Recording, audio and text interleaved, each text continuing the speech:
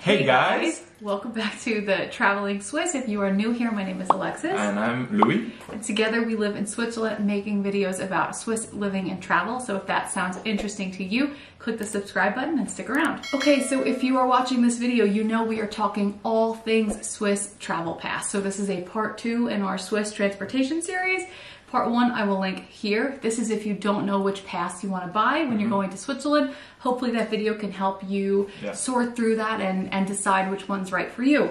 So if you watch that and then you came to this video because you think the Swiss travel pass makes the most sense, but you still have questions, you are in the right place. So Louis and I went through all of your questions on YouTube and the comments in our DMs on Instagram, all different places, and we have pulled together all of the most frequently asked questions that we get about the Swiss travel pass. So as a reminder, what's the Swiss travel pass? So the Swiss travel pass is sold by the Swiss trains, the SBB, and it allows you to take any type of transportation in Switzerland during a fixed amount of time. It can go from 3 to 15 days, 3, 4, 6, 8, 15 days. And it will allow you quite a lot of flexibility in your travels. If you know that you're going to travel in Switzerland, you will be able to use it everywhere from trains, buses, boats, trams, a lot of things. So something quite interesting when you come to Switzerland for travel. Okay, so that kind of lends itself right into our first question that we get asked a lot. It's kind of a two-part question. So the first is, what exactly does the Swiss travel pass give me access to? And maybe more importantly, what doesn't it give me access to? Yeah, so that's, I think, the most common question you guys have asked us. And it's a little bit tough to make the difference because it doesn't give you access to everything in Switzerland. You have a lot of mountain trains and gondolas that are not totally free for you if you have the Swiss travel pass. So first, what does it give you access to? Any normal trains, so to link cities or even suburban areas, all these trains will be free. You also have boats, and this is actually a great way to break even on your Swiss travel pass because boats are expensive, but it's also all included, so that's really cool with the Swiss travel pass. You also have within cities, you have the trams, the buses. This is also all included in all cities in Switzerland. Then you have a few mountain trains, so this is also how I like to advise to get a Swiss travel pass because, for example, the Glacier Express, Bernina Express, Golden Pass Line, Gotthard Express are all trains that are actually covered with a tiny exception by the Swiss travel pass, and we'll see the tiny exception of the reservation, I think, later with another question. And so what does it doesn't cover? Yeah, so like Louis mentioned, it covers everything kind of that the SBB operates, trains in the cities, all things like that. There are some notable exceptions that it doesn't cover, and unfortunately they are often the things that a lot of tourists want to see. So those are quite a few of the mountain gondolas, so the ski lifts if you're there in the winter or in the summer, if you just want to take the gondola up to go hiking, those are often not included. The Jungfraujoch, all of that kind of region is not included. There's a separate pass for that, which we talked about in the last video, and we'll likely make another video to talk even more about. So those are kind of some of the big ones that are not included.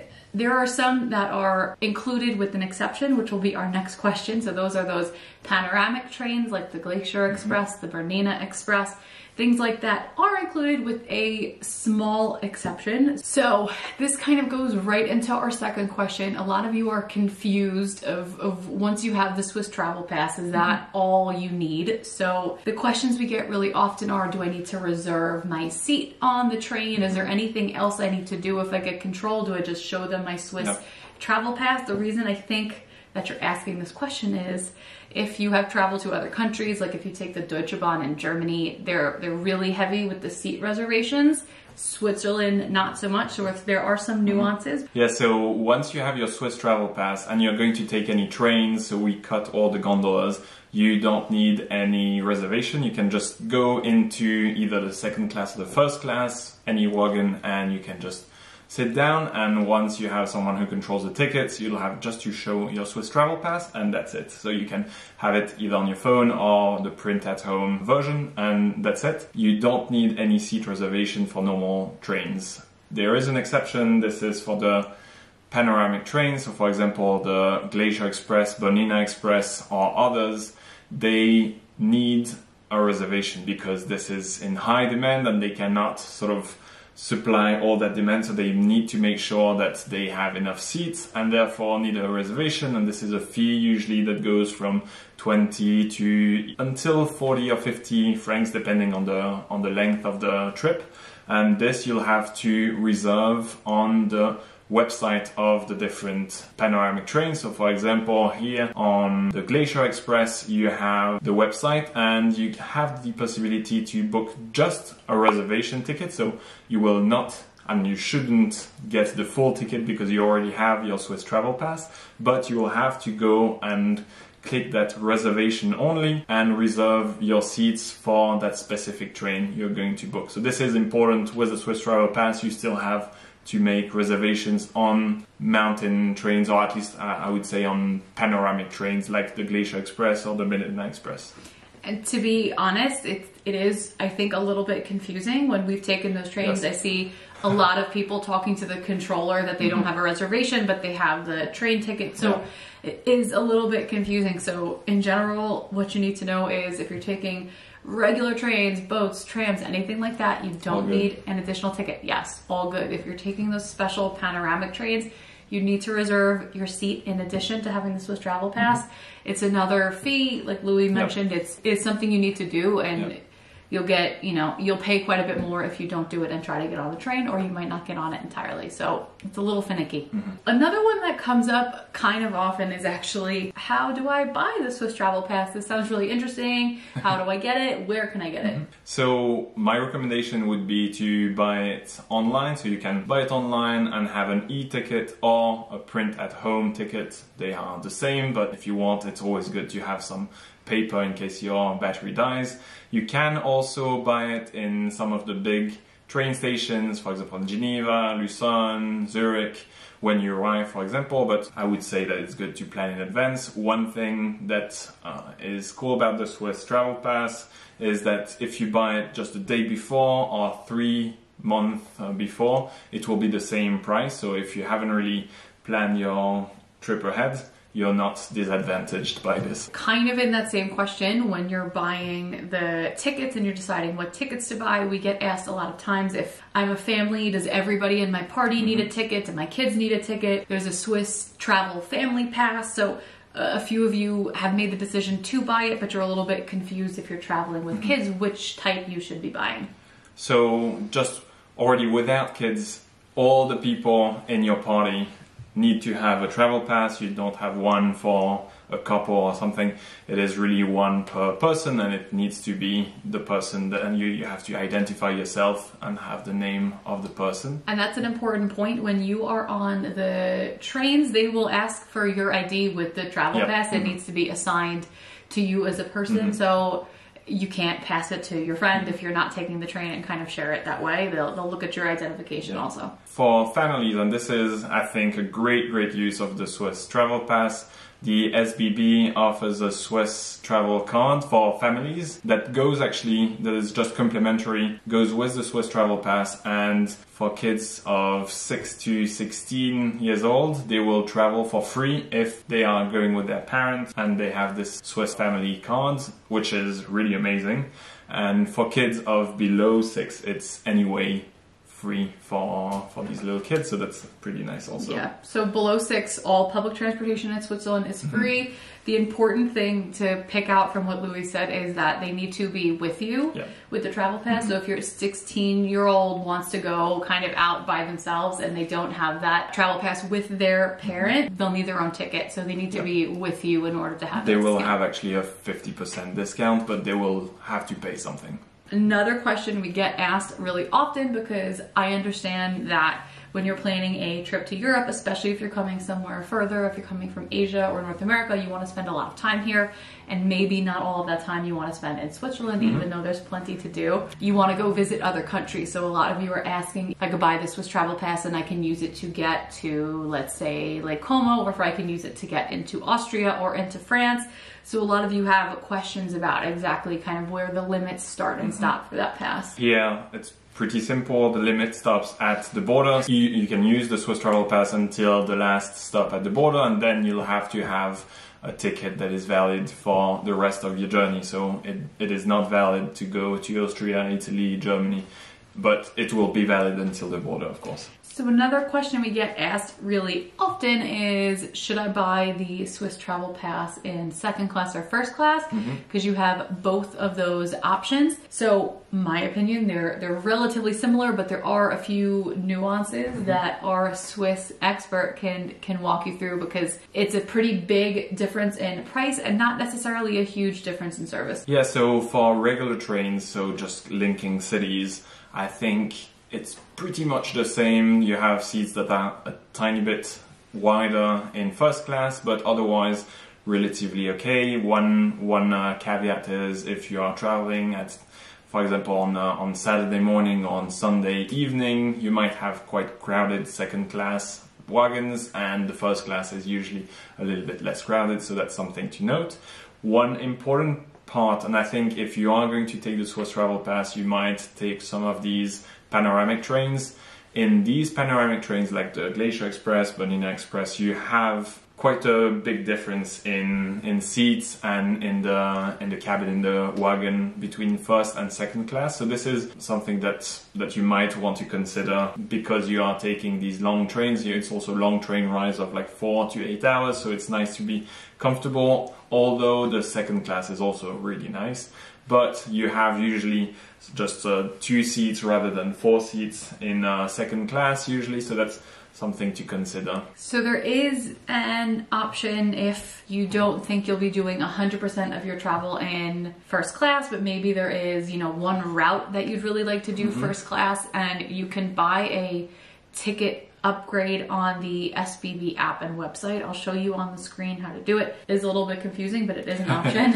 Yeah, so we can show you how I do it on the app. It's a ticket upgrade, and basically what you are going to have to show is you'll show your Swiss Travel Pass and then your upgrade ticket. You can find it on the app, and this is really a point-to-point upgrade ticket. So for example, just from Geneva to Zurich, and you'll be able to get to the first class wagon if you buy this. And you can also have these upgrade tickets as saver, usually super saver sort of upgrade tickets, which is nice too, but it might be a little bit confusing. Still an option for you if you want to have one specific part of your trip that is in first class. Exactly. I think our recommendation would probably be to stick with the second class ticket, unless for some reason you really would like the extra space and things like that, but there isn't a huge difference between second and first class for most of the transportation within Switzerland, and you can upgrade if you need to. Okay, so the next question is basically covering the last choice you have to make when you're buying the Swiss Travel Pass. So the length of time is really self-explanatory. We talked about the family card versus the regular card, single card, and we just covered the first class versus second class. So the last choice you have to make is if you want to get a flex ticket. Yeah, so you have either the regular Swiss Travel Pass for 3, 4, 6, 8, 15 days, or a flex that also has the same amount of days, but in the flex option you will be able to use in select days within a month the Swiss Travel Pass. So if you know that you will be doing a big travel the first day, but then you'll just stick around and do some museums and things like this in the second day and not use any public transportation, then maybe the Swiss Travel Pass Flex is for you, because then you will not sort of waste a day not traveling. And this is an interesting option, that Flex option. What I typically recommend people, if you are sort of leaning towards that Flex option that is actually more expensive, is to look at the Saver Day Passes and just select the days that you are going to travel. These are usually, you can get them for as low as 52 Swiss francs per day, and it allows you more flexibility, but it can also go up in price, so that's something to do in advance. Versus the Swiss Travel Pass Flex, you'll just be able to buy it and have it and not do anything else, and that might be a bit easier for you. One thing to note about the Swiss Travel Pass Flex is that you'll have to validate your date of travel, because this is not For example, if you start the normal one on the 20th and you have 3 days, you'll just have until the 23rd. For the flex, you have to validate, so every day you're going to use it, you have to write it down on, if you have the paper part, or I think you have to validate it on the website. So the question you've all been waiting for, and certainly the one that we get asked the most is it worth it? Yeah. So before I let Louis talk about some of the key points of how we would decide if it is worth it or not, I want to mention that if you're really, really confused at this point, we offer services now to help plan itineraries for you. So you can DM us on Instagram or send us an email. All of that's in the description. We've been planning itineraries. We also offer one-on-one trip consultations because I know it can get really, really confusing planning the trip to Switzerland. So if you'd like that extra help, it is something we offer it. But back to the question that you've been waiting for. If you are trying to decide if the Swiss travel path is worth it, there's a few criteria that we would look at to kind of put you in one category or the other. Yes, so I would say the first category to say that it is worth it is for families. So I covered this a little bit. I really see it as family friendly, this Swiss travel pass for families that have kids up to 16 years old. You're just cutting 2-3 tickets or 1-2-3 tickets or more, and this is really something that makes it much cheaper. So that's, if you are a family coming to Switzerland and you want to go around, that's something to really consider. So another point for me to decide if it's worth it or not is if you don't really want to book in advance, you don't really want to book different tickets and maybe do it 2 months in advance with the saver day passes, you might not care as much about money, and so this is, I think, the easiest way to travel with Switzerland. You don't really think about anything, you just buy your Swiss travel pass, you have it on you, and then you show it anywhere. Also, if you are planning suddenly a quick trip to Switzerland and you are just planning it a week ahead, the price of the Swiss travel pass will be the same as if you had booked it 3 months ago, which is not the case with saver day passes. Or just individual tickets. Yes, and therefore this is also a great way to just, you've been a little bit lazy in planning, but you're not disadvantaged, so that's a good way to do it. Another, I think, and this is maybe the most important, is to make it worth it for me, the Swiss travel pass, you have to have a plan to go around in Switzerland quite a bit. So for example, if you are going to take these panoramic trains, this is a great way to have it break even because these trains are expensive and they are covered except with the exception of the reservation. And also if you are planning on doing a lot of these mountain gondolas, funiculars, etc., for me it is worth it even if you have only a 50% off on these trains. It is still going to give you that 50% off, and for example you might pay to go to the Pilatus 72 francs and this is 36 francs instead. So if you are doing quite a few of these, this is definitely something to think about. Also, one last thing on these mountain trains, on the is it worth it, you can make it